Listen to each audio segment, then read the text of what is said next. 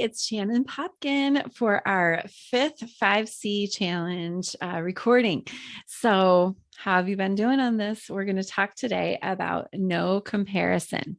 I think you probably know that not all comparison is bad, right? But we're going to talk about the kind of comparison that has like a controlling heart feeding it. So here are a couple of examples. Like when you say to your husband, look at what all of your brothers got for their wives for Christmas, right? Or, you're comparing, was anybody else on their phone during the party, during the Christmas party? Like that's sort of comparing. Or how about this one? All of the other houses on our street have lights up. Now, that one's a personal example. I've always wanted to be a house that had a lot of Christmas lights on the outside, but I never wanted to do it myself, and neither did my husband. His excuse has always been from the beginning, why would I risk my neck to raise the electric bill? That's what he says every time.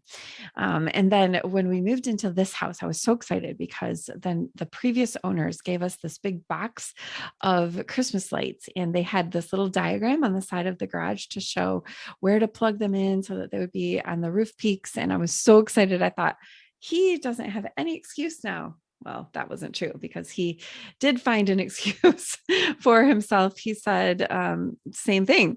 Like, why would I risk my neck to raise the electric bill? He thought it was still valid. And I remember just like unleashing all of the 5 C's on him, like complaining, criticizing, condemning, and especially comparing. And I was like, what if they drive by? Like these neighbors, they live not too far away. What if they drive by and see that we haven't even put the lights? I mean, they gave us the box, they gave us the diagram. And his response was, well, if they had wanted Christmas lights on this house, they shouldn't have sold it to me. Oh my goodness. So here's what I can tell you. After, I think it's been 12 years of living in this house, you can survive without Christmas lights. You can survive being the one dark house on the street where everyone else is festive and celebrating Christmas with lights. And honestly, as someone who's tried to use comparison as a coercion technique, it doesn't work, first of all. And second of all, there's a lot more peace under the unlit roof peaks when I stop comparing and just am grateful for the husband that God has given me, the house that God has given me. I'm living proof that using comparison is not a great tactic. And so, why do we compare? Sometimes I think we're trying to leverage shame, like, look at, they're doing it this way, or, what will people think? Like, was anybody else doing what you were doing on their phone, or however they dressed for Christmas or whatever, or embarrassment. And those aren't godly motivators. Think about the story of Christmas. It's not Jesus lifting himself up above all of us. It's Jesus making himself small. In my book, Comparison Girl, I just talked about how the world looks at things exactly the opposite of heaven. And the way that heaven compares is the greatest one is the servant. Whoever humbles herself will be exalted. And so it just kind of clears away all of the comparison that we tend to do, comparing, always wanting to be better than, always wanting to lift ourselves up.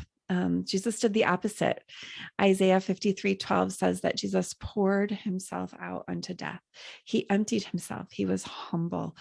And so this is the kind of wisdom. Like if you're trapped in looking sideways glancing at what your neighbor has, or how your sister's doing it, or what your mom always did when you were growing up, or whatever it is, that's probably rooted in wanting to measure up, wanting to get ahead, wanting to be accepted or esteemed or valued. And so instead, try looking up at Jesus, right? Try looking up at what he demonstrated that first Christmas. Jesus humbled himself. He lowered himself. And the world's way of comparison always asks, how do I measure up? But Jesus's way is, how can I serve? And when we're bent over serving, we're not trying to measure ourselves anymore, right? When we're putting others ahead of ourselves, we're not worried about being behind.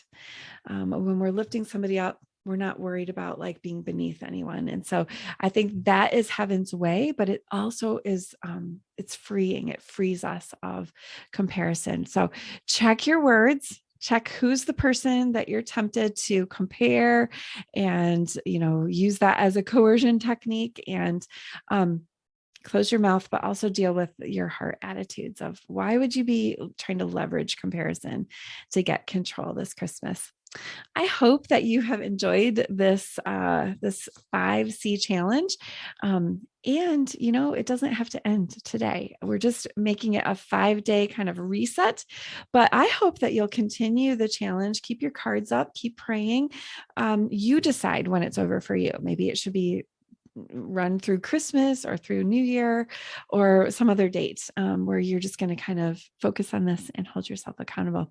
It's been a joy to share this challenge with you. And I hope you'll come and check out my book, Control Girl: Lessons on Surrendering Your Burden of Control from 7 Women in the Bible.